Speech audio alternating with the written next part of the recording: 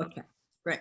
So there were very few people working digitally, and it was an exciting time. And for a while we had a month, was it monthly, that met down at IBeam, the monthly digital artists group. And Yael was coordinating that, and that was somewhere in the 20 to 10 years ago time, probably about 15 years ago. Or more, yeah, somewhere in there. And so we've loosely followed each other's careers. But it was this past year when, as some of you know, I started doing Torah study, which I hadn't done for a really long time. Last summer, I joined in to the sessions that John Jay was coordinating for Sunday morning, and Nadav, who's here, did many of the presentations. And Yael told me on Facebook that she was doing this Torah study project of regendering the Torah, and also holding some Shabbat Zoom sessions, which I know not everybody is happy Zooming on Shabbat, but for some of us, when we couldn't get to the parking lot in the middle of the winter, it was, where we were having our in-person sessions, it was it's been a wonderful kind of sustaining activity. So without that, that's essentially it, because I think the work will speak for itself. So. Right. Thank you. Thank you for having me, Cynthia. And thank you for welcoming me to the congregation. So I have a whole presentation, but I would like to just kind of give you a little bit of a background. I grew up, I was born in New York. I grew up in Israel, secular. My grandfather was religious, so I got a little bit, and I grew up in a neighborhood that was half-half.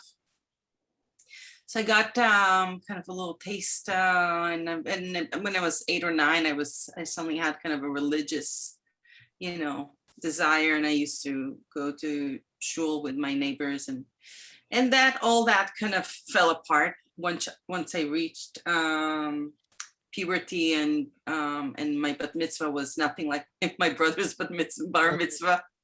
But what I did feel is a love for the biblical language in Hebrew. But I wanted nothing to do with religion as I knew it in Israel. And art was my religion, I guess. And I came to New York almost 30 years ago. Came back to New York, found myself in the East Village, and practice art, digital art. And then about, I would say, over 10 years ago, I would say maybe 12 years ago, 50, maybe, I lost track. I came across a document online about the language of roots and branches. And it was an essay about the language of Kabbalah. And I didn't understand anything, but I had the feeling that whoever wrote it understood something or knew something that I wanted to gain. So I followed the link, and I ended up at a website called Kabbalah La'am, Kabbalah for the people, Bnei Baruch. In Israel, Rabbi Lightman was transmitting classes every night for 3 hours. It was what they call the morning session. It's all men sitting in a room in Petah Tikva, but they transmitted and translated to multiple languages. And I couldn't stop listening. I didn't understand anything. They're speaking Hebrew, and I understand nothing. And I couldn't stop listening for hours and hours and hours and hours, thousands of hours of like not understanding anything. And where does it come from that even you're able to do something? It's not that I wanted, it's just I couldn't help myself. I felt there's something there. There's something. And it was, every night was very convenient. It was here at 8 in the evening until 11, But what started to happen is some kind of inner form starts to grow in oneself that is applicable, that is, it's a spiritual practice. And I was so happy to find a spiritual practice within the language that I feel close to, within the cultural language that I felt close to. And I did that for about 10 years. That's how I studied Kabbalah. Now, if you ask me, like, tell me what the, the Etz HaChaim, describe this field for me, I can't tell you. Because that kind of learning, the way I am able to absorb it, becomes the only way it can manifest is through me making, because I'm an artist. So the only way for me to explain anything to myself is through making. So something comes in, it does a kind of organization. It's not based in memory at all. It's based in kind of reorganizing the psychological, spiritual self. And then it manifests into action. But it took about 10 years before it could manifest into anything. At first, I was the laboratory for the action. So I was trying different things. What is prayer of many? What is, raising man? What does that mean? So what are these actions? And what is the result of that action? But the Kabbalah created a frame of working with reality and the self that was very effective. So after 10 years, I heard the rabbi say, it was coming, that he doesn't know how to teach women. And I understood what he meant as, it's not that he doesn't want to teach women, he doesn't know how. And the reason he doesn't know how, that's what I understood, is because at that point, I understood that there's an intimacy, body to body intimacy in this learning. And that intimacy cannot happen. It's not the same body. And also, so I lost the teacher. It was clear that it came to an end. The other thing, so then, in the Kabbalah, you need teacher, you need books, and you need the chavruta, a group of people. Those are the three elements you need for that kind of study. But there are no books.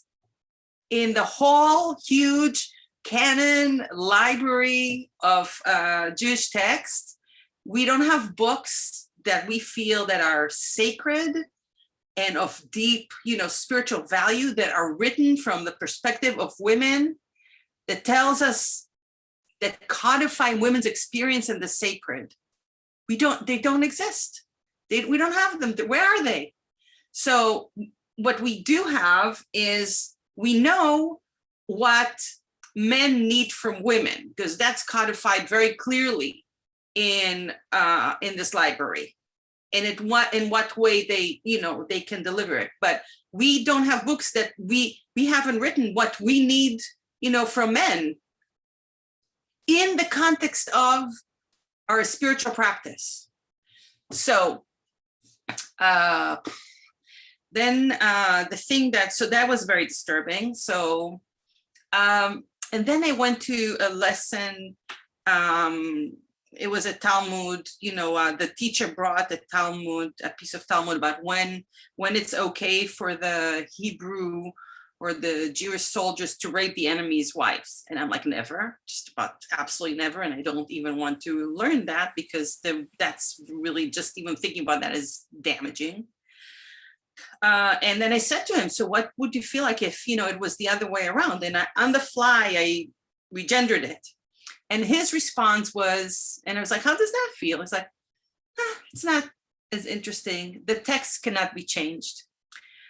Thank you. That's all I needed to hear to go home and say, let's test this hypothesis if the text cannot be changed. So I went to, by then I knew that Torah is, I think of it as some kind of software, more like code that operates on our psycho-spiritual self. Definitely was deeply ingrained in me from a very, very young age. So I went to, and here I'm going to start you on my introduction.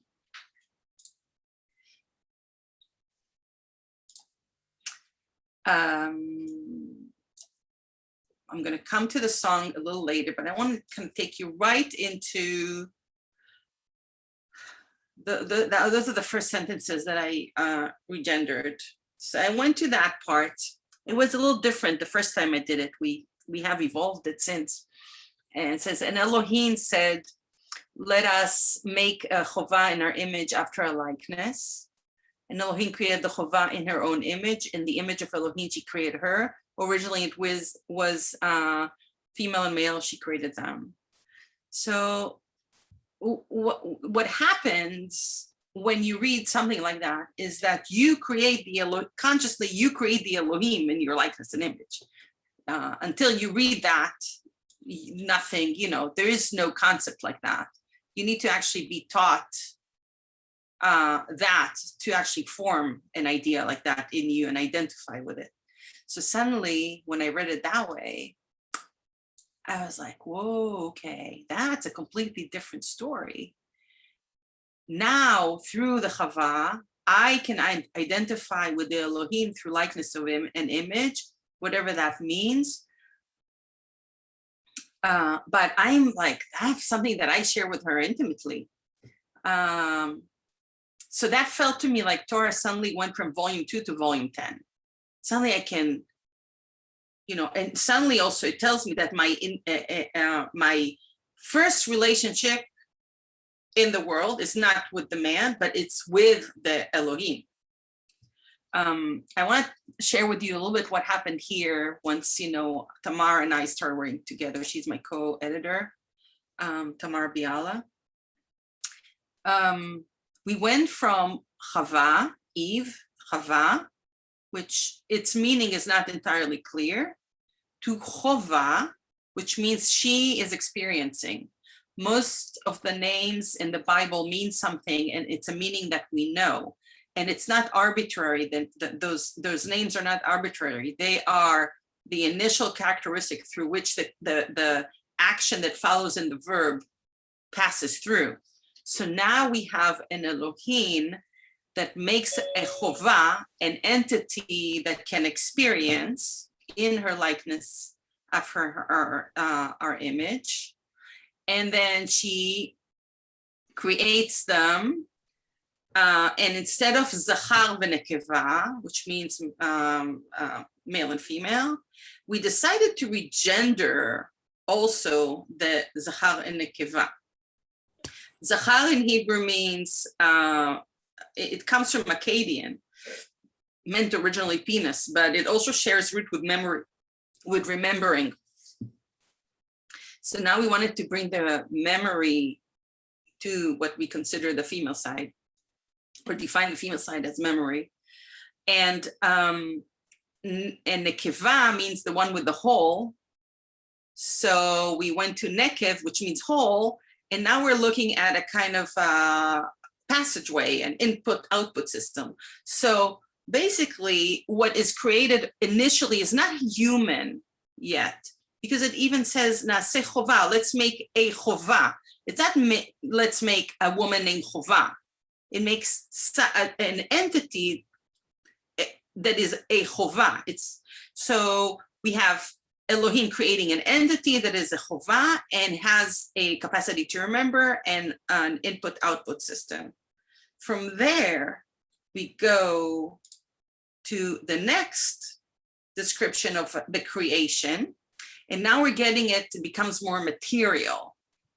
And I would like to invite somebody to read, first of all, the Torato. So, okay, I call Torata means her Torah. Torato means his Torah. His Torah is what we know as traditional Torah, okay? So who would like to read Torato side?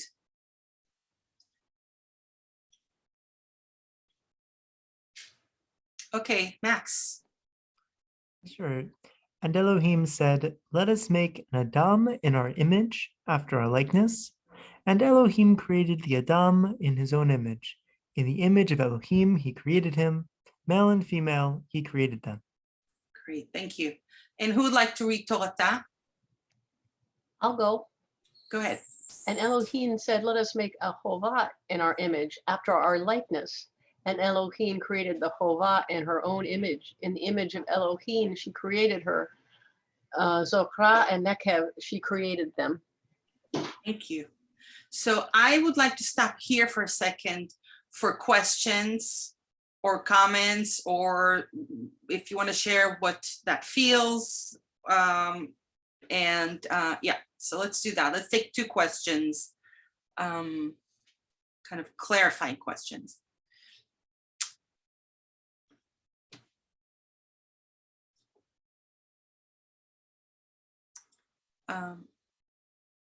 Who's managing the question thing?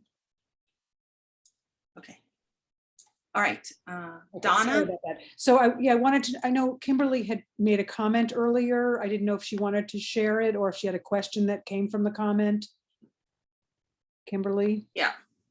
I see it. Sorry, I agree. I was just starting to take notes of your teaching. Oh. verbatim. Oh, Perfect. Oh, okay. great. I thought you Excellent. wanted to Excellent. amplify it somehow. No, Oh, that's okay. fantastic. There's Okay. So much that was so good, so I thought I should start note taking. Yeah. Yeah. Thank Oh, you. great. Thank you. Yes, please do. Go ahead. Feel free. Great. Donna. Yeah, well, I'm just noticing in the very last part where it says male and female, he created them. Mhm. He's talking about creating Adam in his own image, and in the image of Elohim, he created him. Then he says male and female, he created them. It's almost like non-binary. Yeah, I mean, that's an or actually it is binary. Why non-binary? Non-binary. Well, if it's male or female, it will be binary. But Like I'm I mean, not sure there's what came Rashim before. about androgynous. but he, There. Mhm. but I'm not sure what came in the before verse 27, because verse 27 just talks about creating Adam in his image. He created him. Then it says male and female, he created them. When did he create the female? Right there. It's very, it's awkward the way it goes through. So Torah is not really, it's not linear. And it always calls for a suspense of disbelief. Once you remove the suspense of disbelief, you find yourself in a very strange place, because it's not, it's more like, it's closer to dream language than to actual life language. So that's, yeah, that, and actually understanding that gives us, you know, a wonderful space to even further that and expand that. So, yeah. Other questions? Ruth has a question? Yeah. I think the way I see this or hear it, Mhm. that when he's saying he created Adam in his image, to me, that's humankind. And then he clarifies it later on, male and female, by dividing, I mean, yeah, clarifying. Basically, it's not just a mass of humankind, but there's the male and the female. And I have difficult some things in the Torah being from a male's perspective, but in my mind, it's always in the image of Elohim, not in the physical image, but in the spiritual image. So it doesn't really matter to me anyways, male or female. We're all in the spiritual realm in the image of God. Mm-hmm. So in Hebrew, it doesn't work that way. And also when the story continues, Adam is male. It ceases to be female. Okay, so the idea that I mean, and it's great that we have that idea in Torah that for a moment there, you know, Adam is the human race, but it doesn't unfold like that in the Hebrew. So if you would say that, let's just move everything into the female form because it doesn't matter, right? But when we move it to the female form, it does matter. Yeah. It doesn't feel the same anymore because it's, so we are trained as women to, that's another one of our, you know, suspense of disbelief, to read ourselves into the text all the time. Yeah. We're always saying, okay, when they say sons of Israel, it actually also means us, unless it doesn't mean us suddenly. And so it means us or it doesn't mean us. Are we included? Are we not included? So Torah clears that out completely. Not only we included, we're in the center of the story. There's absolutely no doubt. So let's look and see what that feels like, now that we don't have to work or we don't have to translate. And now also what it means for men to be in that kind of like, are we included? Are we not included? Is it talking about us too? Or what is our role here? So I think that really, even if you keep that, as say, okay, this is an intellectual exercise, there's an interesting intellectual exercise here. If you need that or I need it as a spiritual book, then because Torah is complex like that. It can do this kind of complexity. It has that complexity built into it. So I would like even to say that by regendering it, it's almost like creating a Rorschach test, but the sides are not exactly the same, Once you're on this side, you start having a different reading. So it's not a mirror image. It's a mirror technique, but it ends up not being a mirror image. I think would be maybe more like, I started thinking that maybe it's more similar to the sides of the brain, right? We have two sides of our brain, but they have completely different functionalities, right? Try living with only half. It's not great. I don't know if it's even possible. We need those two sides. So what is that other side? We don't even know. So that's where this is what we're exploring. What is that? Now I want to talk a little bit about Elohim and Elohim. One thing we did in the English is we brought back the names of the God, because Lord and God are words that came through I think for the Christian translations. But the names of the God is Yehovah and Elohim. And those have a lot of meaning. They pack a lot of meaning. So in Torah, so in Hebrew grammar, future tense is in male, it starts with the Yud, Yosef, Yaakov, Yitzchak. These are all verbs. So the female form would be Tosef, Takov, Titzchak. So those are the names of the mothers. I'm going to share another file with you just to kind of visually articulate what happened, how we got to that, and what is also a hint at the future, the bigger vision of all this. So this is the form that we are familiar with, right? This is the Tehovah. Now we call Tehovah. I recommend to everyone to say Tehovah out loud. The reason is that women's voices have been suppressed for way, way too long. We don't know Tehovah. We have to get to know her. Maybe in 100 years, people will decide that they don't want to call the name Tehovah. It's fine by me. We don't, Torah is not obligated to the rabbinic tradition. It's not obligated to halacha. It's an open relationship. It's an opening for a new relationship written through women.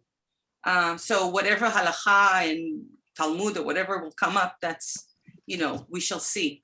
But the larger vision here is actually putting those two pieces together.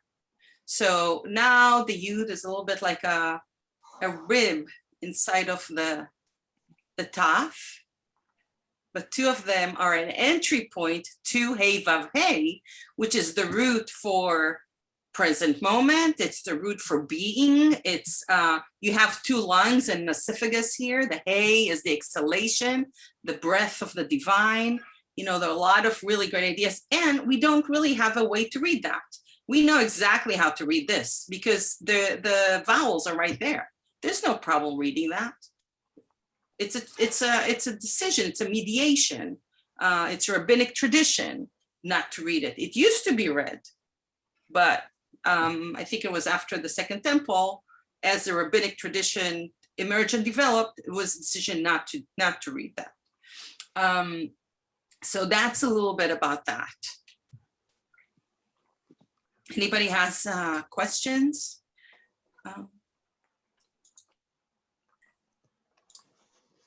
It's very interesting. Okay, so let's go to the next the second creation. Oops, sorry. Second creation, and Teova Elohim. Now is the first time we have, now the name Teova actually comes in. Teova Elohim created the Chovah, dust of the soil, and blew into her nostrils the breath of life, and the Chovah became a living soul. So the condition to become a living soul, it's still not necessarily a full body, but is dust of the soil and the breath of Teova Elohim. So first creation is an entity that can feel. The second creation already has more meat on it, or not meat, but soil, dust, more matter. And then she places them in the garden, the primordial gentle garden. Gan Eden Mikedem can be translated in that way, primordial gentle garden. And in Torah, that story is a story of pregnancy and birth. It's not a story of sin. They're barely humans, they're not complete yet. It's only before she sends them out of the womb, that celestial womb, that she actually even gives them skin. So that's how Torah understands that story. Without that birth, there is no rest of Torah. There's no chapter 4. So for chapter 4 to happen, they need to come out of the womb. So there are a lot of really interesting observations in that story. But we're going to go now to, I love this one, the creation of the man. Oops, I'm sorry, I keep jumping. Let me fix the window situation here. Okay. Who would like to read Torah? Ruth? But no, that was not, okay. Cynthia? Sure. Am I unmuted? Okay. And the Lord, I'm reading Torah, right? Yes. And Lord God dropped asleep upon the Adam, and he slept. And he took one of his ribs and closed flesh instead of it. And Lord God built from the rib he had taken from the Adam a woman and brought her to the Adam. And the Adam said, "This one at last is bone of my bones and flesh of my flesh. This will be called woman because of a man she was taken." Thank you. And who would like to read Torah? Do it again. Go ahead. The Tehovah Elohim dropped asleep upon the Chovah, and she slept, and she took one of her ribs and closed flesh instead of it. And Tehovah Elohim built from the rib she had taken from the Chovah a man, and brought him to the Chovah. And the Chovah said, "This who pulses is bone of my bones and flesh of my flesh. This will be called man because of a woman he was taken." Comments, thoughts, questions?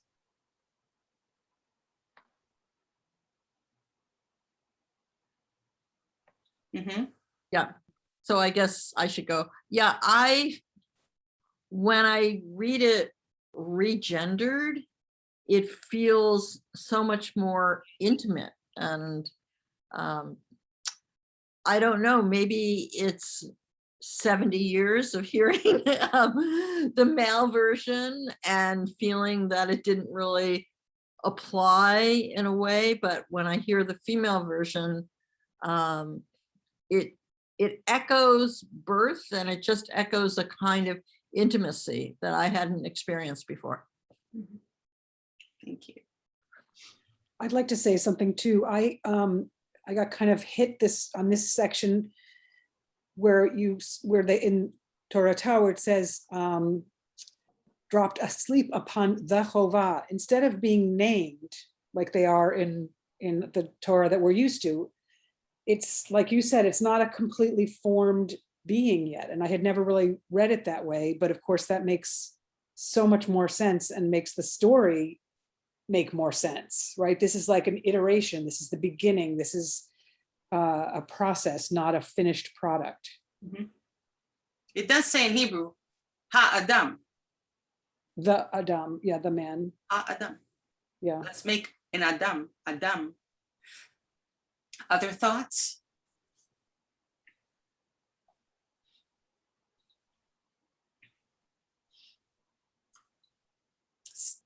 So I'm just going to jump in. I have a quick thought. So are we so conditioned from what was a Christian translation? To not an article before Adam, but to hear, Adam. Any translation is an interpretation.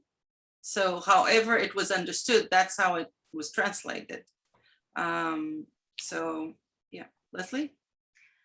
Well, I wanted to comment on the phrase, this who pulses, and have you comment on it, because as opposed to Torah Tov, this gives the idea that the Chovah realizes there is a dimension to life that is living, as opposed, that is a living being, as opposed to just this one is bone and flesh. So would you comment on that? Thank you for making this observation. We sort of unraveled that, I don't know, maybe 6 months ago, and we were like, wow. Okay, so the Torah, until the 8th century, came without vowels. The vowels were added by the Mesorah in Tiberias in the 8th century. Again, the vowels again become an interpretation. They tell us how to read words, that some of them can be read in various ways. So when we took the vowels off apam this time, or at last, we from hapam can get to a poem just by changing the vowels. And the poem means the one who pulses. And what we're suggesting here is that the Chovah, before she sees the man, she can feel him. She can feel his pulse. And I thought that was a great, it was very exciting. So every now and then we do small interventions like that to open up the possibilities of what Torah can be. For example, it's not in this presentation, but I'll share with you. So when Kina kills Hevla, Cain became Kina, which means lamentation. And Hevel and Hevla keeps the same meaning, the one who speaks nonsense. And Kina, when she gets, after she kills her sister, Elohim tells her that she's going to be Na'a Venada, moving, a wanderer. But Nada, instead of reading Nad to Nada, we went Na'a Venida. So now Kina is getting her period, or she's bleeding as she moves. And it makes the whole thing a lot more drastic. Imagine moving or running away and bleeding, it's much more dramatic, and it brings that connection between the menstruation and the blood of life of her sister calling from the earth. We haven't done really an in-depth commentary. We haven't written that yet, or we haven't even fully thought about that. But there's a really interesting, nugget of Torah that can be really opened up in super, super interesting ways. So, and that's one thing that I want to tell you about Torah. Just like Torah, it's not a stroll in the park. It really is an obstacle course. But now women have the full agency in the story and the relationship with the Elohim, which, is not also, it's complicated, right? But complicated makes us work harder, it makes us work at it. It makes it work, worth, doing that, kneading and working and parsing. And But now we're called to bring that, our experience, women's experience. At the same time, all of us know that Torah is not going anywhere, right? There's no, it's not a fantasy like, oh, now we have Torah and Torah can go away. This is not how it's going to work. You know, Torah is thousands of years old, with millions of people engaging in, not only in the Jewish world, you know, even more millions are engaging with it every day, all the time, right? So we know it's not going anywhere. But so in a way you can say that Torah is birthing Torah. We can say that, like from the side, like, you know, like kind of a rib. We can say that. So now we have this really interesting relationship between those two sides. When I'm saying we can own both of them, and not that we can, we have to. So for people who are really engaged in Torah can be a kind of midrash. For women, for people who are really invested in Torah becomes a midrash. And when you put them together, they reaffirm and cancel each other in really, really interesting ways. So, so there's a lot that opens up, that becomes a possibility here. The other thing I would like to say is that the women now in Torah have a much greater color. It means that they're really nasty and violent. Okay, so there's that too. But it makes us, the characters, because they're not fighting, you know, to, you know, on a sliver of an area of permitted existence, but they have the full color and the full relationship with the Tovah Elohim. It is a really amazing training to recognize and see the violence in women. It's an area we can start really negotiating it very comfortably, as much as, I mean, it's not comfortable, but that language and the story brings the space that it becomes possible. And I think it makes for fuller, you know, a fuller inner life to have that. The other amazing thing is, like, for example, like the story of the Akedah. So now you have Avraham takes Yitzchak, and Emrahama takes Yitzchak. So Avraham means high father, Avram. So it becomes Emrahama, high mother. And now we can all sit at the table, completely even terms, and discuss the parent sacrificing, willing to sacrifice their child for a, you know, for a relationship with the divine. What does that mean? You know? So, but now everyone is necessary, everyone is needed to be in the conversation. We can talk about, you know, where is Sarah?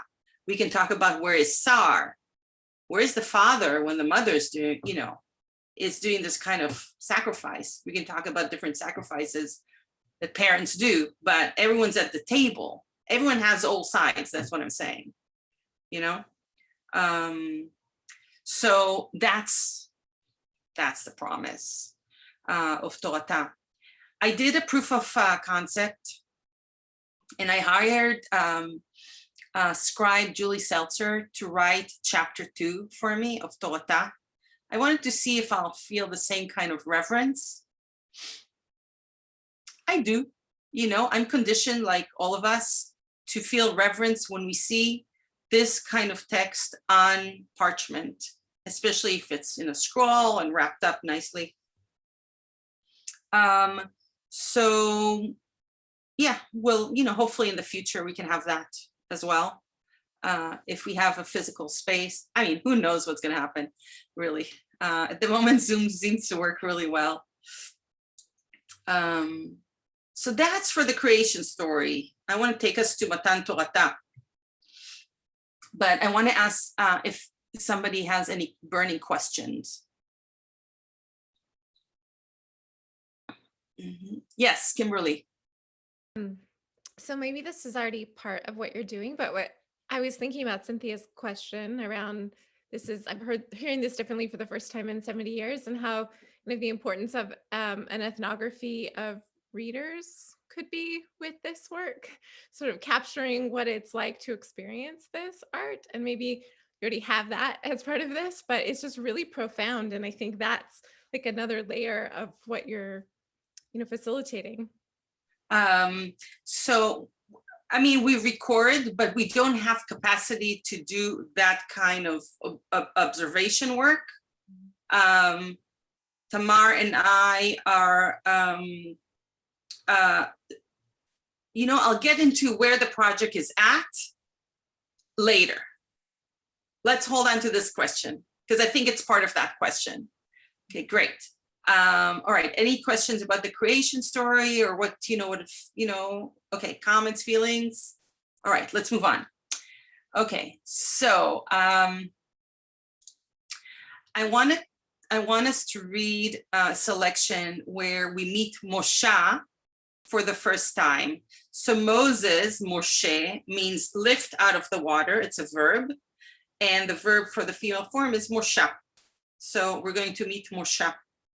And this is a great example actually for, the presence of men who care for their daughters, who have compassion for baby girls. That's really one of those chapters. So who's volunteering to read the English? I'll read. Go ahead, Joshua. And a woman of the house of Leviah went, and she took for a man the son of Leviah. And the woman conceived and bore a daughter. And when he saw that the girl was good, he hid her for 3 moons. And when he could no longer hide her, he made for her a wicker basket and caulked it with resin and pitch. Sorry about that. And he put the girl inside and laid it among the reeds by the bank of the Teor. And her brother stood guard at a distance to see what would befall her. And the son of Parah came down to bathe in the Teor. While his lads walked along the Teor, he noticed the basket among the reeds and sent his servant to fetch it. And he opened it and saw the girl, and the maiden was crying, and he felt compassion towards her and said, "This one is of the Ivriot girls." Then her brother said to the son of Parah, "Shall I go and get you a nurse from the Ivrim to nurse the girl for you?" And the son of Parah said to him, "Go." And the lad went and called the girl's father. And the son of Parah said to him, "Take this girl and nurse her for me, and I will give you your wages." And the man took the girl and nursed her. And the girl grew, and he brought her to the son of Parah, and she became his daughter. And he named the girl Moshe, and said, "Because I drew her out of the water." Thank you.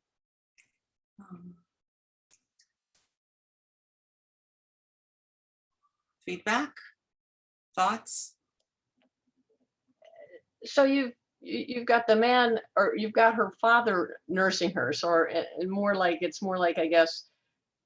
So when I see that, I picture her father using one of these things that looks a bit like a pitcher that they used to feed infants with. So the caring for the children now comes to the fathers. It's interesting that in Hebrew they use the word yalad, gave birth, interchangeably for men and women. So we just extended it further to the nursing part of it. Yep. Other things that come up in the text for you? So I really liked that caretaking, parenting kind of role, which I don't ordinarily see for my gender in Torah. And that, I don't know, it feels enriching in some way that the traditional Torah that I know doesn't. Thank you, Joshua. Yeah, so we know, I mean, these men are part of our every society, and now they have a voice in this reverent, this holy language. Yes, absolutely. We love that too. It's very comforting for us when we work on that to meet these passages in the text. Other things that come up for you?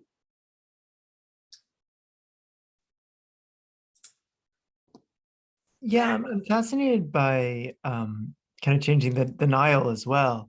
Mm, And just kind of thinking about I mean, I guess what it made me think of is how is the Nile viewed mythologically and socioculturally by the text? mhm. And that's just not something I'd really thought much about before, about how our text relates to that river. Mhm. So thank you. So Torah is not a historical document. It doesn't refer to historical events. It doesn't describe a society that existed. It doesn't, and it doesn't subscribe to geography either. So it's lifting it from that and saying this is a spiritual book, first of all, you know, and it's not. And once you separate, so for example, Mitzrayim, Egypt, Mitzrayim has the root mitzar, tight place, right? And we know that already, that kind of reading into that word has become part of at least the liberal, progressive, Jewish, language.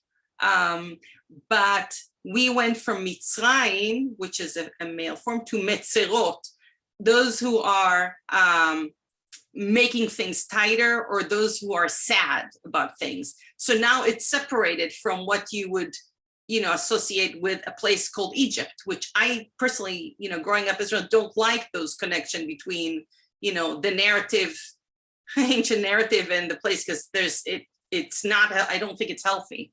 But in any case, in this particular case, it's the name for the Nile in Hebrew is Yeol. It's not Nile. It's not Nilus. We don't say Nahara Nilus. Okay. It's Yeol, and Yeol has future light in it. Or, and Ye is the future tense. So now it's Te'or, and now what we're getting is something really super interesting. So if we give this chapter a more of a spiritual understanding or reading, what we get is that the baby girl that was born, even before she had a name, was put in a basket, and she had potential. She was good, right? So the father recognizes her potential. He puts her on a basket of, it's the river of the future light, her future light. Okay, so and he's sending her to be raised in the house of Par'ah. Now, Par'ah means unsettle, unravel, disrupt. Okay, so the son of Par'ah is now going to raise this, bring her into this place of disruption to raise her in that particular context. So she has those. We know that Moshe has multiple, sides of her personalities, multiple identities. It's part of what makes her, right for the role of lifting the people. It's in her name too. And he gives her the name Moshe, right? He gives her the name Moshe. So here we see this child in her potential. But the potential that light will only manifest much, much later. And we'll get to that too, because it's just a beautiful passage. Okay, next one, the making of the tablets. This I absolutely adore. This is an artist. This is here. This is for me so delicious, because here I meet Moshe, the artist. Okay, so we have two tablets, right? We have the first tablets that Elohim made, right? Who would like to read verse 18? By the way, if anyone wants me to read it in Hebrew, I'm happy to do that. I just because of time. I can read it. Thank you. And she gave to Moshe, when she had completed speaking with her on Mount Sinai, 2 2 tablets of the testimony, tablets of stone written by the finger of Elohim. Yeah. What is the finger of Elohim? What is that finger that writes? Okay, so I was just thinking about it the other day. So the word etzba, which means finger, is also a verb, etzba, I will paint. So with the etzba, the I will paint an Elohim. Okay. And if we go back, think about the Elohim, the way we talked about that at the very beginning, the Elohim that has the word en, nothing, ele, these, and ani. So the word Elohim is also a kind of capsule of the relationship that the I, the self, has with the nothing, the something with the nothing, and the these in between. And the these can also be the God, the goddesses, all these mediators between us and the Ein Sof. So now this is the relationship that the divine is writing onto the tablets. And let's read the next, hold on to this thought, and let's read the next two passages. Who volunteers to read? Go ahead, Shoshana. And Moshe turned and went down from the mount with the two tablets of the testimony in her hand, tablets that were written on both sides, from her and from his, they were written. And the tablets were the work of Elohim, and the writing was the writing of Elohim, freedom on the tablets. Okay. All right, so hold on to that. The painting of Elohim on the tablets. Now we know that those tablets were written from their two sides, right? So it says the two sides, mizeh umizeh, maybe from this and from this, but in Hebrew, mizeh is in the male form. And we did a slight edit from hers and from his. So now the tablets are written, Torah Shlema, complete Torah is written by Elohim, right? Where else would it be written? From Elohim, no, it's the Tehovah who's painting with, painting the Elohim, that relationship from his side and from her side. And the word, then it says, Cherut ala luchot. It says in the Mesorah, added the vowels charut ala luchot, which means inscribed into the tablets, but it's the same word as cherut, which means freedom or liberty in the tablet. So what it says, we can read it as if the what is written by Tehovah into the tablet is the key to freedom for his side and from her side. Okay, so this is a pretty elaborate midrash on what, and the potential here that is, like begging to be unraveled. And then we take it, okay, so she takes it down. Clearly that gap between where the people are and those incredible, divine instructions, the gap is way, way, way too big. It's not going to work. She smashes it. It's a catastrophe. She is failing in her job to mediate and adapt the Elohim to the people and the people to the Elohim. She's the adapter. She's the one who's like saying, okay, this is possible. This is not possible. Coming down with those original, Elohim, it's like, that's not going to work here. So Elohim, Tehovah, now says to Moshe, sculpt, pislilach, literally sculpt two tablets. She's telling to Moshe, what do we do as artists? We take something from our inner self and put it into matter. That's what happens.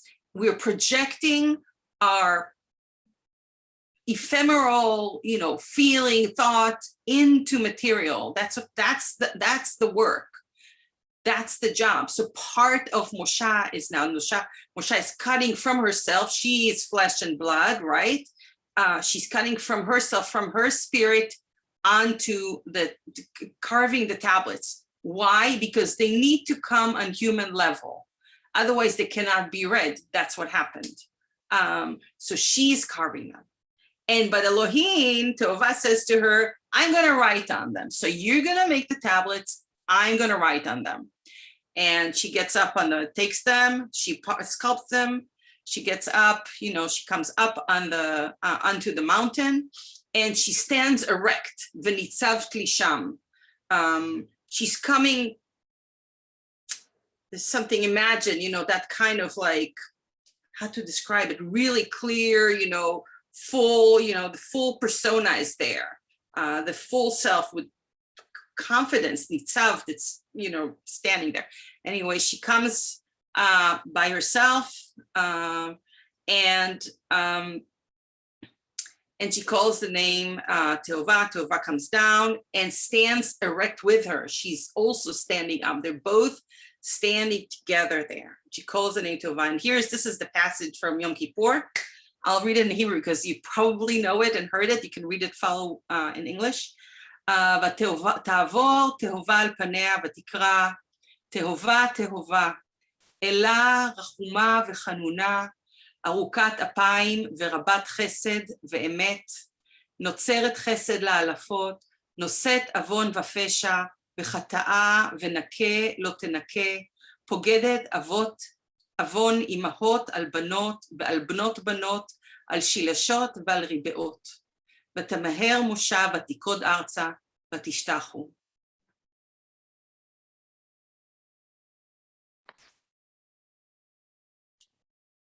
Nadam, do you have a question? I have a comment. A comment and a question. Yael, why? I'll look on only the Hebrew side. Why on verse 1? When it says, "Vatomer Tehovah el Moshe pisli lach shnei luchot avanim." Madua, why you didn't say shtei luchot avanim? If we didn't change it, so we primarily are concerned with the grammar that relates to the characters. If it says shnei luchot, it's probably like that in the original. So and there are many awkward, the Torah is not grammatically tight. I know, it's not consistent with the gender. Yeah, it flips things around quite a bit. So when it's not critical, we just left it as is. Okay, because the same thing goes for verse Daled 4, but if so, this is probably even better. What if so shtei luchot avanim karishonot? I think it makes more. It's more grammatically, not only you're grammatically, right. but syntactically, it makes the message better, I think. Okay, definitely. I'll bring it up to Tamar and see what she thinks. Thank you for the comment.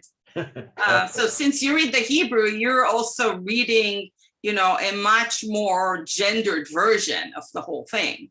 Yeah, I mean, verbs are all gendered. The whole thing is made in the context of female gender. So you have to be somewhere consistent, more consistent than, and especially it comes very clear. I mean, I'll say it in Hebrew so you'll understand. זה צורם באוזניים. ברור. Of course it's hard on the ears. I promise you, the whole thing is hard on the ears. No. I mean the verse 4. Okay, that's fine. I have no problem with your explanation of the rest. The rest is fine. Of the first thing. Okay. Okay. So I'll bring it up with Tamar. I mean, we have many cases like that where the verb or there's inconsistency in the grammar. So one of the things we're trying not to do is we're not trying to sort of fix what, No, but I mean, I hear you. Got okay, it. You don't. I hear you. I took a note. I got it. I got you. Thank you. I will definitely bring it up with Tamar. Okay. definitely. Yeah. 1 minute, oh. I just want to let you know, Yeah. Yael, because I think you mentioned it's now 9:06. Yeah. Are you so guys this still is- okay? I still have a couple more. I think jingles for everybody's you. okay, but I just wanted to give you, you Yeah, know, okay. context. We have a few more that I really want to share with you. Okay, so this is where we're bringing the Te'or back here, okay?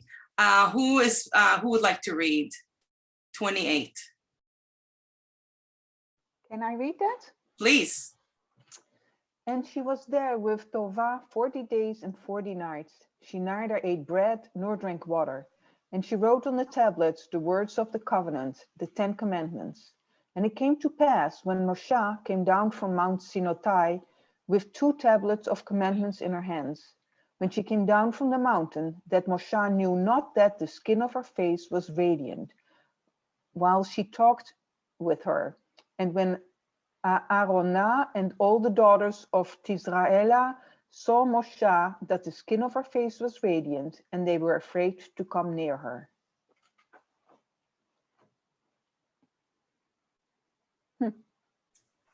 Comments, thoughts?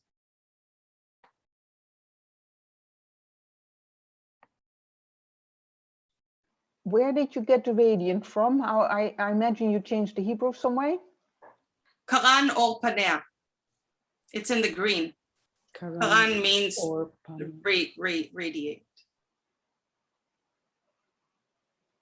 Right here. Yeah.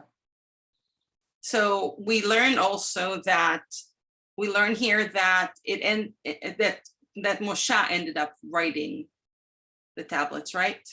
So Moshe sculpted them and ended up writing them. Cynthia, did you have a question? I just had an observation because here also, we tend to think of women as showing their emotions more than men. So if a man has a radiant face, it's like, it's different. It's kind of like a bigger deal. Woman is like, it feels like it happens more often that women show their emotions. Okay. So just, that's my thought in hearing that. Mm-hmm. Other thoughts? I thought originally that radiance referred to horns. Oh, so that's interesting. So the word karan is also the word for horn. And that's a really strange, you know how this comes? This comes from the first Latin translation of the Bible, where he chose that Moses had horns growing. And that's how we ended up with Moses' horns in the Sistine Chapel. Most people don't understand this word in this way. Karan or panea, we use that in Hebrew to say that someone is radiating. So that's kind of what happened there. So we went with radiant. For me, taking, remembering where Moshe started as potential on the Te'or, that she's on the future light, and here the light is coming out of her. It, to me, reads as that she has maximized her potential, and that's what we're seeing. The initial light that was a promise is now coming and radiating out of her. Sarah, did you have a comment? Well, I was just going to comment on the light too, because I mean, other traditions talk about someone like some of the more famous Zen masters and the rest of it as radiating. Mm-hmm. So yeah, or like they go into them and the room is filled with light. They feel like they can So mm-hmm. I just always saw it as that rather than anything else. Mm-hmm. Thank you. All right. So I would like to take you into a 3 minutes kavana of Torah Shlema. It will be a 3 minutes kavana. And we're going to use this kavana or the frame of this kavanah is the moment in Sinai when they're all standing at the foot of the mountain and, you know, the big thing is happening. But we'll read it from both sides because there's a slight interesting difference here. And in the kavanah, what I would like you to do as we read this, we'll read both sides. I want you to find yourself where in your mind you're standing. Okay, we're all in Sinai now. We're at the foot of the mountain, and try and find yourself where you're standing. Okay, in either each side. Maybe it's the same place, maybe it's a different place. And when we go into the kavanah, I want you to hold those two spaces. I want you to move between those 2 points of view where you are standing. Okay, so who would like to read the left side?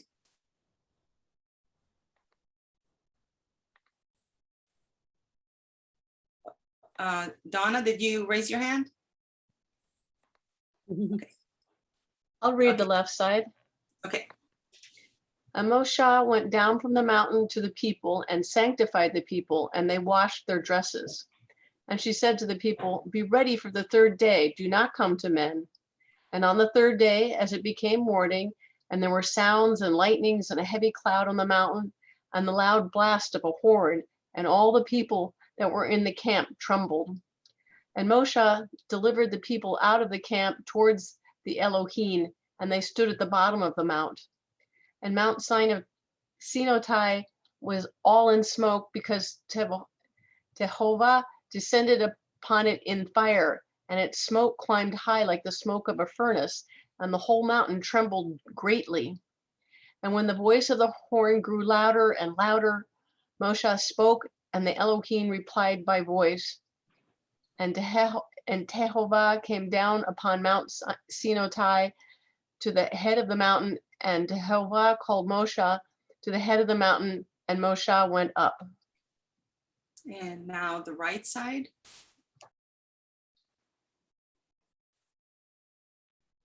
I'll read it. And Moshe went down from the mountain to the people and sanctified the people, and they washed their dresses. And he said to the people, be ready for the third day, do not come to women. And on the third day, as it became morning, and there were sounds and lightnings and a heavy cloud on the mountain, and the loud blast of a horn, and all the people that were in the camp trembled. And Moshe delivered the people out of the camp towards God, and they stood at the bottom of the mount. And Mount Sinai was all in smoke because the Lord descended upon it in fire, and its smoke climbed high like the smoke of a furnace, and the whole mountain trembled greatly. And when the voice of the horn grew louder and louder, Moshe spoke, and God replied by voice. And the Lord came down upon Mount Sinai to the head of the mountain. The Lord called Moshe to the head of the mountain, and Moshe went up. Thank you. So we're going to take about 3 minutes, and about a minute and a half in, I will start playing music for you. Okay.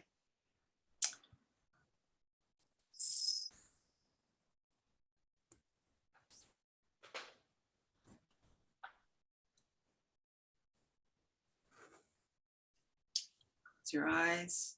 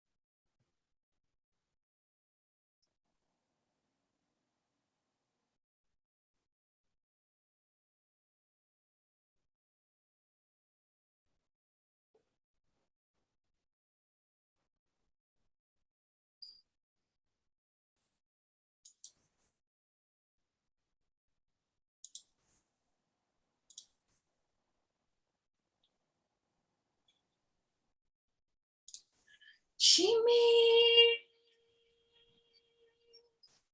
Tisrael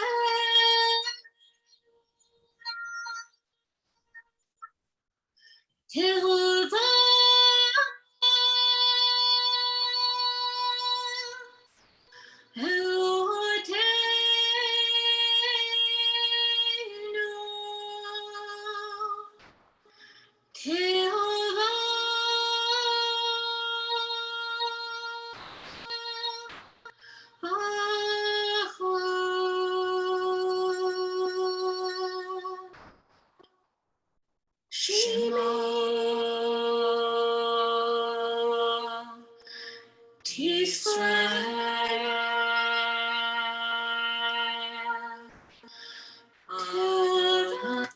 Oh, sorry.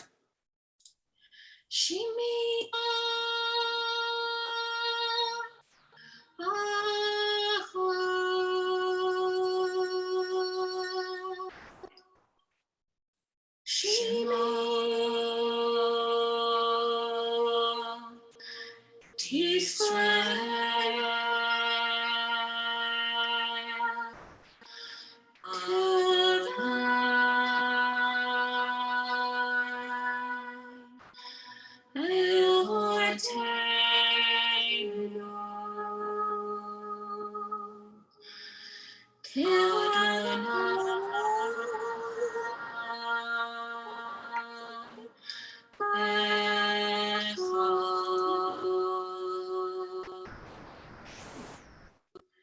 Shima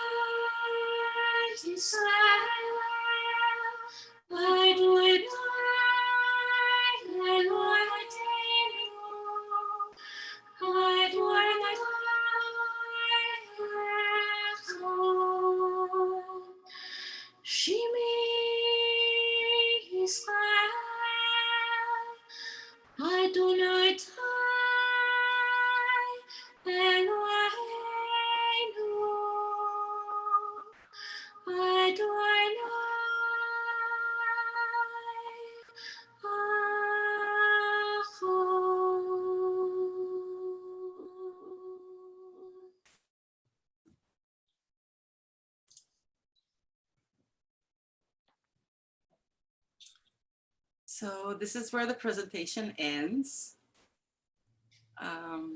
Sorry for that little disruption. The piece was composed and performed by Rabbi Emily Cohen. And I'm just gonna, now we'll open it to all the questions and I'll show you the website and everything. This part, it's available on the website. And before we end, I'll have one more blessing to share with you, but I would like for now to open this to questions, and whatever comes to mind everything is interesting to me. So, and the hard ones too. So don't hesitate. All right.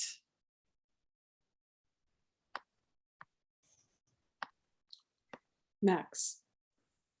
I'm just curious about it, what your plans are for publishing this. Mhm. Thank you. So this is where we're at. We have finished the second draft of the Chumash in Hebrew. And we are now going, so I started by myself and I finished it in April 2020, the first draft. Then we got a significant enough donation that I was able to bring Tamar to work with me on that. And Tamar is a scholar of Jewish studies and a teacher of Torah for many, many years.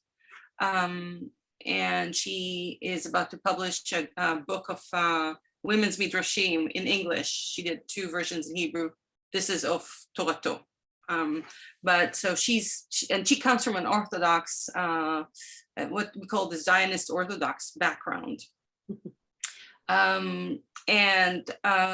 So we finished the second draft very recently.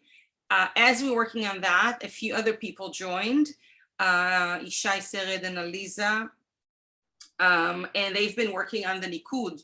There are many new verbs that have now a female form. They were never made into a female form. So they're going through all that. Ishai also very often adds the Te'amim. As we were doing this, I was invited by Rabbi David Ingber to be an artist in residence at Romamu. That's where we did with Lapshul the first aliyot ever, which was like talking about standing in front of Sinai. Wow, that was amazing. So we reading from Torah, chanting from Torah and Torah at the same time. They made me a full Torah so I could, now I grew up secular. I don't know any of this, So they're like, as we go along, we, raise, go, but it was really, really stunning. And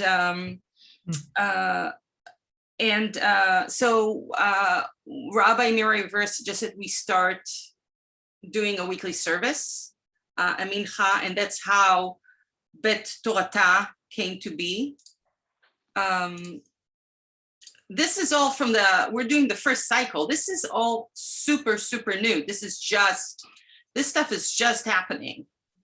So we are learning as we go. I mean, Cynthia joined us several times to that limud. Anyone is welcomed, of course. This is the website, betorata.org. In the library, you can see the portions, parts from the portions in both Hebrew and English with Te'amim. And you see as we go along, we add more. There's quite a few source sheets here with footnotes. Most of them are both in English and Hebrew.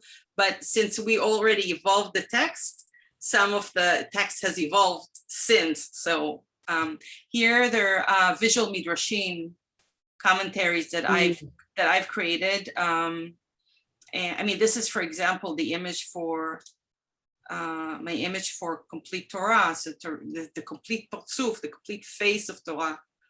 With both sides, the 2 sides of the brain, if there are a spiritual body, a spiritual brain. Tamar writes a blog about different passages and ties it into her personal experience. They're really awesome. Really recommend reading them. And here we have recordings. So what you heard, Kriyat Shimi and Shema. And also Shlomit Levi, a singer-songwriter, wrote the first song for Torah from the first 4 psukim of Genesis. It's absolutely beautiful. So you're welcome to, of course, explore that.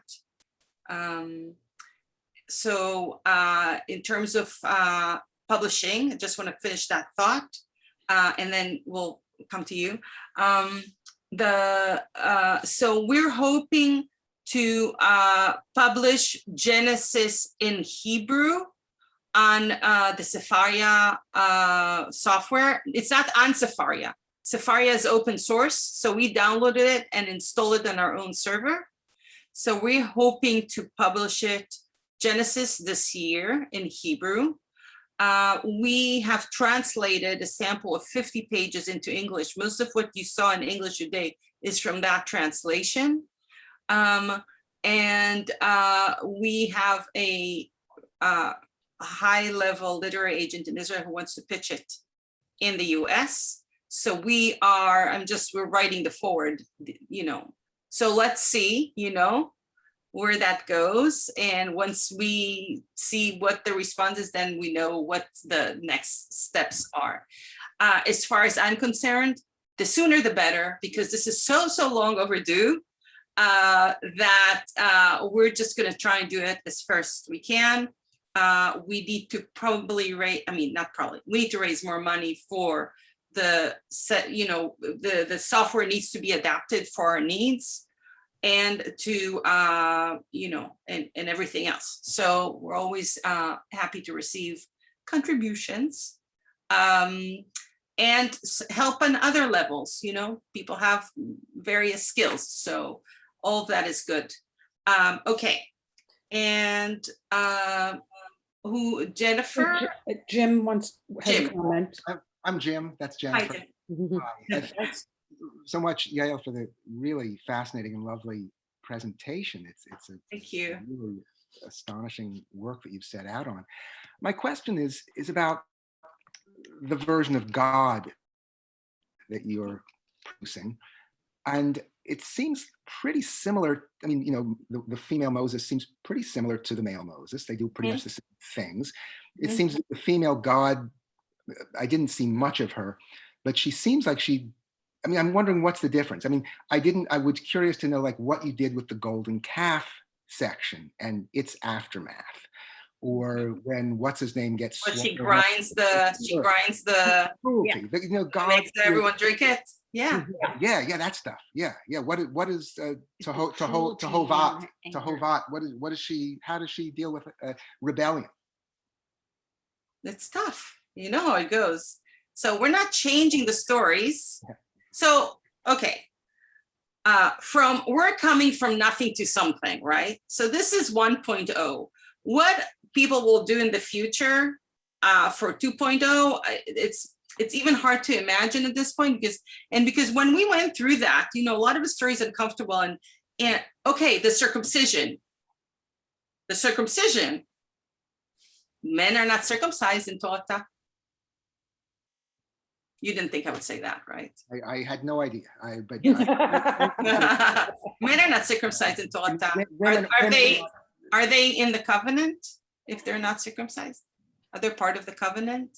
I don't know. I guess not. I mean, I don't know. I mean, but They're anyway. they're definitely not getting it directly anymore. Yeah. Well, what does circumcision mean for women? So Tehovat is as jealous, cruel, possessive, The whole thing. psychotic. Absolutely, the whole, everything is there. Fills me with Yeah, because one of the things we learned is that, so Tamar was like, I don't like this Tova. I'm a feminist. I studied feminism. This is not the Torah that I want for women. That doesn't, I was like, go ahead, change it. And it was like, I don't know how to change it. And you know what happens when it's nice? We don't care anymore. It's not a conversation. When it's comfortable, we just go like that. Oh yeah. And we move on. So what kind of Torah is that? It's not, we are the people who struggle with things. If we don't have that, but there's a big difference, because when you read through the book and suddenly you don't hear yourself in the book anymore, there are many long passages that no men are mentioned at all. Mm-hmm. You start to understand something about, first of all, how women read the stories. And this is what's important. What's important is how these stories shape our minds now, not in imaginary past. There's a big gap in what's written in the Torah and history. I mean, whoever looked into actual history, there's no archaeological evidence of a king named Solomon yet, at all. It's very, David also, David also. David, they found one little thing, you know, That's very awkward, right? And the cultures around are well documented since, archaeology, 19th century archaeology started to dig stuff up and they started deciphering the text. Highly documented cultures, verified cultures, where are we in this, But, so this is a book for now. Torah especially is for now, because it's not, again, as I said, it's not imagining, a history. It's not, it's disconnected from the geography. It places it in a spiritual territory, psychological, spiritual. That's the domain of Torah. I want to oh, sorry. Go ahead, Jennifer. I was going to just make an observation, but if you want to wrap things up now, that's No, fine. well, there was a No, comment. I'm fine. Listen, whenever, as long as you need to go, I'm here with you until all the questions for tonight have been completed. I want to go back to Josh Weinstein, who had asked a question earlier. Josh, do you want to unmute and raise your question, or do you want me to read it? Sure. Yeah, I'm walking the dog. Basically, I found this all very beautiful and really refreshing in so many ways. There was one point, and a very thought-provoking and kind of really changing the experience of reading Torah.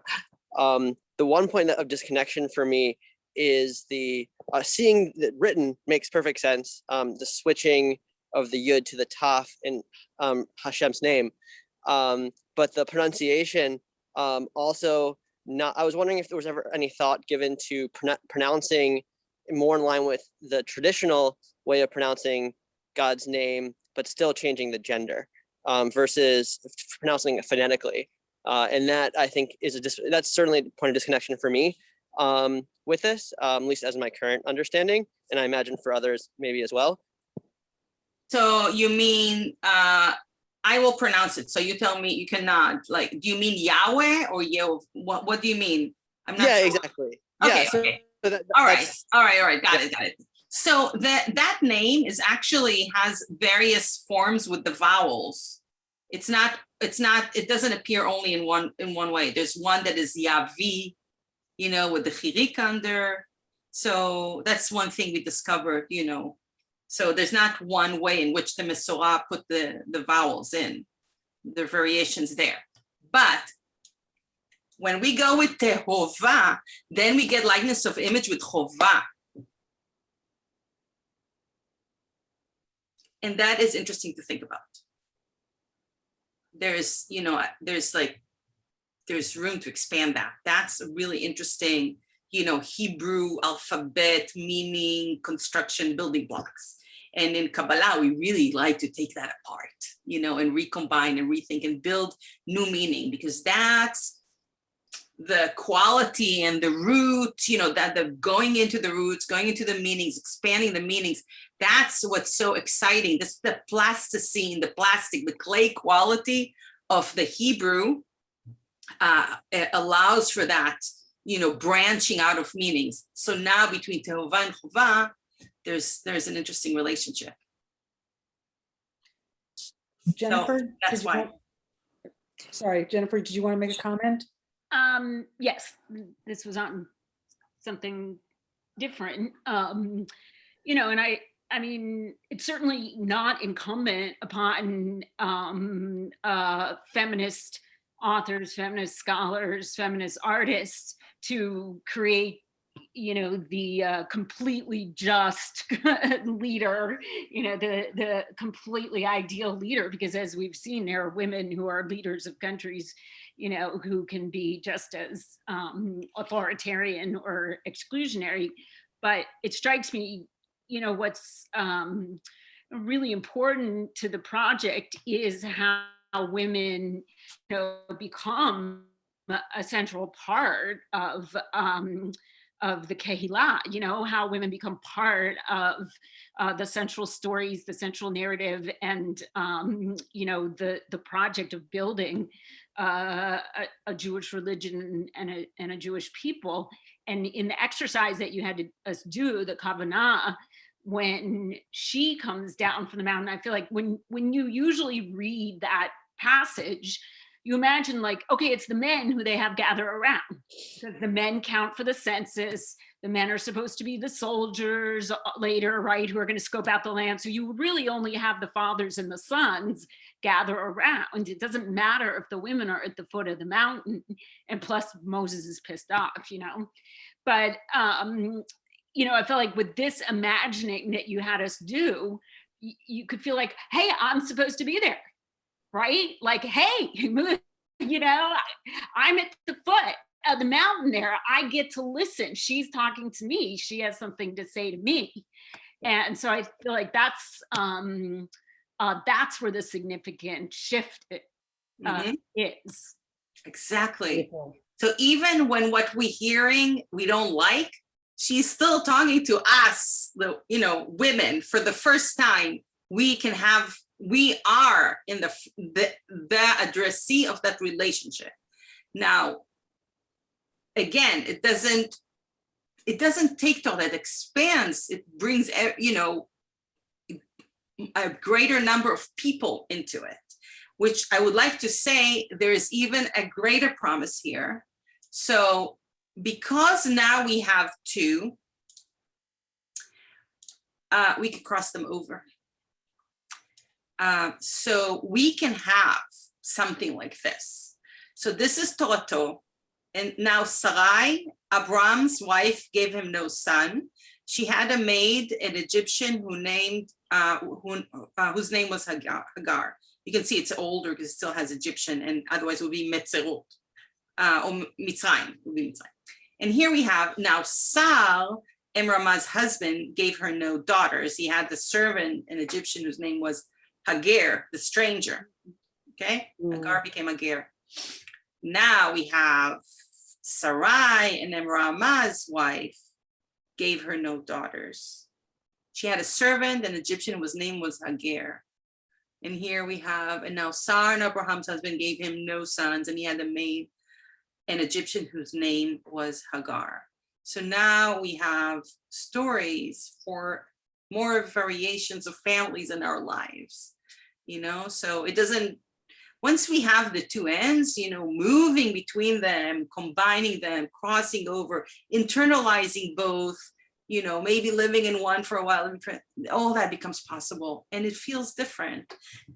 What commentary or what, for me, I'm putting out a call to start the library written by women, okay? This is the call for that. For that to happen, we need to have a mind that knows how to use that language. It's like building another part of our mind. With that and heart, with that, we can write further. There's a lot to write here, and listen, amazing work has been done in liturgy for 60 years now? Amazing work, and then we get to Torah and we go like, okay, what have we done? We're like teaching the kids again, the same, made from the rib, and, he's from the God and she's from the rib. And what are we doing? What are we doing here? This is crazy. We go to synagogue and women hope that, that the text actually speaks about them. And then you sort of figure, oh, actually, no. Oh yeah, here we are included, here we're not included. It was like, okay, well, this is too aggressive, let's get out of here. We didn't hear that, we're not hearing, that's what happens. So now we can share the trouble, we can share the Akedah. It's much easier. It would be easier for everyone if you all can share it. So that's that. I think Rhoda has a question. Mm-hmm.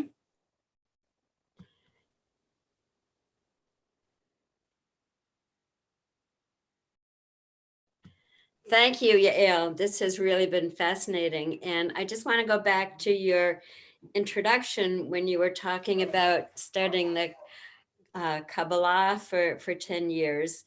And I just wonder what the relationship is between what you're doing now and your desire to have this spiritual Kabbalistic experience. Is this, is that what this is? For me, it is. Yeah. For me, it's the manifestation of the study. So I'm an artist. If I don't make something, then I can't develop. There's no way for me to really grasp or understand. It has to be translated into something. And I needed a book. I needed a book that I can study the relationship with the divine. Because one of the things he said is that now at this point, at some point, you have to start building new vessels for the divine. But how can you build vessels if you don't have any language? You know, with what would I build vessels that would be authentic to my experience? So I'm like, okay, you know, that's, you know, it's not my fault that was the book I was brought up. If I was Hindi, you know, I would have other books, you know, that would make up my inner, you know, but I happen to be born into this tradition, and that's the book. That I don't have other building blocks to the inner construction, so only have this. So from my perspective, it's completely a Kabbalist project. But if, you know, as I said, if you ask me to like explain to you the principles of, you know, I can only give you the ones that have settled in me as an understanding and are manifesting into this work. That's what I can talk about.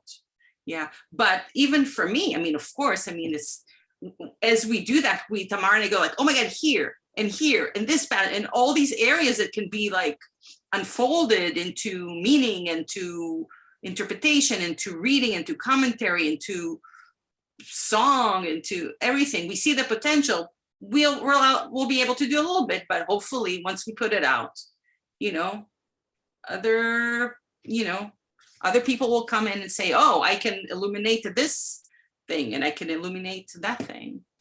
That's what I'm hoping will happen. I mean, that's what I hope will happen. I don't know if it will happen. You know, it's hard to know with these projects. It's not a project for my lifetime, clearly, right? It's clear. It's a very big project. I'm starting and I broke the locks, okay? I said, listen, the canon is not finished. They just finished it in whatever, 8th century. It's really far from being done. We have to open the locks and we have to write the missing half of the library. So this is what's happening. This is the beginning and there's no other place to start. We have to start with a place that we all feel. Sasha has a question. Mm-hmm. I have actually two very different questions. Mm-hmm. One, I'm curious to know if this work has also expressed itself in your visual art. And mm-hmm. The other question I have is whether you have had any, what the reactions have been from the Orthodox community. Okay, thank you. So this work has manifested in the prints that I showed you. I've done bigger ones for exhibitions. I did an exhibition at HUC in New York, so we did sort of bigger pieces of that. And I made some, I also make fine jewelry. So I made some jewelry pieces, Bereshit bara Elohim, in the beginning God has created, and a couple others. I want to lay the ground so more creation can come, not only for me, but for other people too. So Torah is not the only point of reference, you know, that there is another point of reference. So I got, so far, I've got a little bit of pushback from, I'm assuming men who hide behind, you know, an identity, like a fake email or like or a obscure email that says stop the heresy and something like that. I saw some pushback on Reddit. I didn't join the conversation because it didn't seem to be necessary. I'm assuming that once we reach a certain tipping point, I can see, I mean, not only in the Jewish world, I think also in the Christian world, people might get a little angry. It's a matter of how much, out there in the world are we, how threatened they would feel. So yeah, I mean, listen, when in Torah, there is no sin, there's no original sin. You know, there's no sin at all. First of all, it's not the tree of good and evil. It's the tree of good and bad. You know, in Hebrew, Rasha means evil, but Ra means bad. Okay, so we have basically, you know, the capacity to negotiate something, right? Well, how do we negotiate? We constantly say to ourselves, good, bad, good, bad, good, bad. You know, that's how we kind of raw through, you know, our decision making. And so this is what that is. It's a story of, it's the celestial womb for consciousness growing. That's what happens. And in this process, they are separating from the mother, and it's absolutely has to happen. Otherwise, they can't know the mother. They can't get to know her or call her name. You know, there's no story, nothing happened. What will happen? Roaming around like children and like, you know, this. Of course she put the tree there, you know, what can, No, that's what guys it has do. to happen, you know, it has to come, they have to come out, you know, so but it's not a sin per se, it's the inevitable, and it's painful. You see the labor, you know, that she's crying over it. Tehovah is like angry about the separation, you know, she's like telling, listen, it's going to be nasty out there, you're going to suffer. You know, yeah, it's not easy, you know. Some people it's easy for them, but for most of us, we go through tribulation in life. So but that, you know, the theology stands, you know, this is a really important moment in Christian theology, or Christians theology, you know. So one of the things that I'm trying to understand now, there is to understand a little bit more about the different Christianity's views of what this could be. We did do a proof of concept with the Gospel of John, but it's kind of a different construction there. The whole thing is, it's not my job to do that. We did it as a kind of a test, but I don't understand internally the theology in the way that I understand the Jewish theology, or theologies, I would say. I mean, even when I don't understand them, when, you know, ultra-Orthodox, I don't really understand it, but I know what that I don't understand. I kind of have a parameter or some kind of sense for it. Here, I don't really have much at all. So, but, you know, we're going to put it out there. We'll see what happens, you know. You know, the Women's Bible, do you know if the suffragette movement put out the Women's Bible? It was commentary on the first 5 books of Moses. It was feminist commentary. It wasn't like they weren't changing anything. It became a bestseller, and then came the pushback, to the point that they had to distance themselves from the project so they don't lose the fight for the vote. It was just commentary. It wasn't changing the Bible, right? Okay, so, but it opened the door, and over the years, feminist theology as a field of study has emerged, right? And it opened the door for all, you know, for liturgy to really become, you know, for women to step into liturgy. So this is kind of the last thing, the beating about around the bush. So I'm like, I can't do this, you know. So it's, for me, it's either Torah or nothing, because I don't have a way to actively and relevantly engage, you know, in a way that feels authentic to me. So. Thank you. Wow. Thank you so much. I would say thank you. I think we're all going to be having a lot of ideas and thoughts and reflections. This was phenomenal, and I'm already scheming about what we can do next. So, oh, please, yes, absolutely, 100%. And thank Cynthia, you all so thank much. you very much, because without Cynthia, we wouldn't have known about you, and appreciate this is really wonderful. Just a quick, next week there's a schmooze with Carlos Ezaguirre. I think that's how he says his name. He's going to be talking about economic development in New Haven. He's a Becky member and works for the city of New Haven, next Wednesday. And then the week after that, June 2nd, and this didn't come out in the mid-month mailing, but Rachel Forbes, who grew up at Becky and is now a fully fledged grown-up, licensed social worker, is going to talk about a little bit about what it's like to be an Asian American Jew, what it's like to be Asian American in America right now, her response to some of the violence and racism that's been going on. She's very articulate. I've heard her speak on a number of podcasts. So I think that's also going to be very interesting. Thank you all for hanging in there and asking such good questions. And Yael, thanks again. This was wonderful. Pleasure. And I know it's just like the tip of the iceberg. So It is really, truly, truly the tip of the tip of the tip of the iceberg. Yeah. That uncircumcised iceberg out there. Exactly. Exactly. All right. Have a good night, everyone. Thanks, Nice. everybody. Thank Thanks, you. Carl, and I loved hearing great. everybody tonight. Thank you. Yeah, this was a good conversation. Yeah. Okay, I'm gonna sign off. Go. Okay. Bye, Cynthia. Yeah, I'll see you soon. Yes, absolutely. Okay. Later. Bye-bye.